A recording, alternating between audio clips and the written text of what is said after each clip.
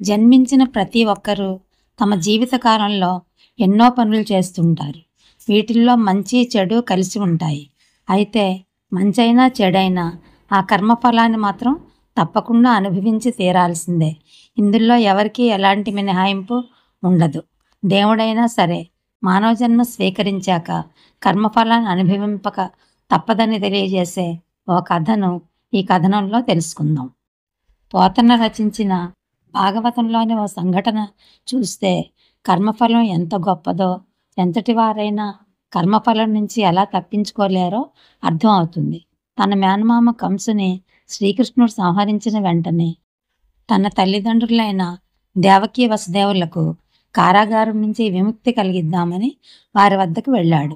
ఆ సమయంలో దేవకీమాత కృష్ణుని చూసిన వెంటనే, నాయనా, నువ్వే పరమాత్ముడివి కదా, నీకిన్ని దైవశక్తులు ఉన్నాయి కదా, అలాంటప్పుడు నువ్వు కంసుని సంహరించి మమ్మల్ని కారాగారం నుంచి విడిపించడానికి ఎందుకు 14 సంవత్సరాలు ఆగావు అని అడిగింది. తనను ప్రశ్నించిన తన తల్లి దేవకీదేవిని చూసి శ్రీకృష్ణుడు నమస్కరిస్తూ, అమ్మా, గత జన్మ గురించి నీకు ఏదీ జ్ఞాపకం లేదు, కానీ నేను నీకు ఇప్పుడు గుర్తు చేస్తున్నాను విను అంటూ ఇలా అన్నాడు. తల్లి, నన్ను క్షమించు.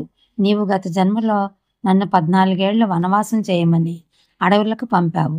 ఆ కర్మ ఫలమే ఇది అన్నాడు. అప్పుడు దేవకీదేవి ఆశ్చర్యపోయి, కృష్ణ, ఇది ఎలా సాధ్యం?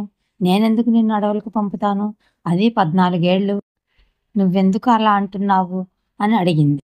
అప్పుడు శ్రీకృష్ణుడు మందహాసంతో, తల్లి, గత జన్మ అంటే త్రేతాయుగంలో నేను రామావతారంలో ఉన్నప్పుడు నువ్వు కైకేయివి. నా తండ్రి దశరథ మహారాజును నీవు 2 వరాలు కోరి నన్ను 14 ఏళ్ళు అరణ్యాలకు పంపావు అని అన్నాడు కృష్ణుడు.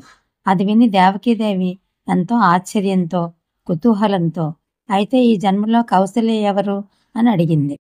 అప్పుడు కృష్ణుడు తన తల్లికి సమాధానం చెబుతూ, అమ్మా, త్రేతాయుగంలో కౌసల్యాదేవి నేటి ద్వాపర యుగంలో యశోదమాతగా జన్మించింది. ఆ యుగంలో 14 సంవత్సరాలు దూరమైన తల్లి ప్రేమను ఆమె ఈ జన్మలో తిరిగి పొందింది. ఆమెకు తల్లి ప్రేమ దూరం చేసిన పాప ఫలాన్ని 14 సంవత్సరాలు నువ్వు చెరసాల్లో నాకు దూరంగా ఉండి అనుభవించాల్సి వచ్చింది. ఎంతటి వారైనా కర్మఫలాలను అనుభవించక తప్పదు. అవతార పురుషులైన మానవులైన కర్మఫలం నుంచి తప్పించుకోలేరు. అందుకే కంస సంహారానికి, మీ చెరసాల విముక్తికి 14 ఏళ్ళు సమయం పట్టిందని శ్రీకృష్ణుడు దేవకీదేవికి వివరించాడు. కర్మఫలాన్ని అనుభవించటం ఆ దేవతలకే తప్పలేదు. ఇంకా మానవ మాతృలం మనకు ఎలా తప్పుతుంది?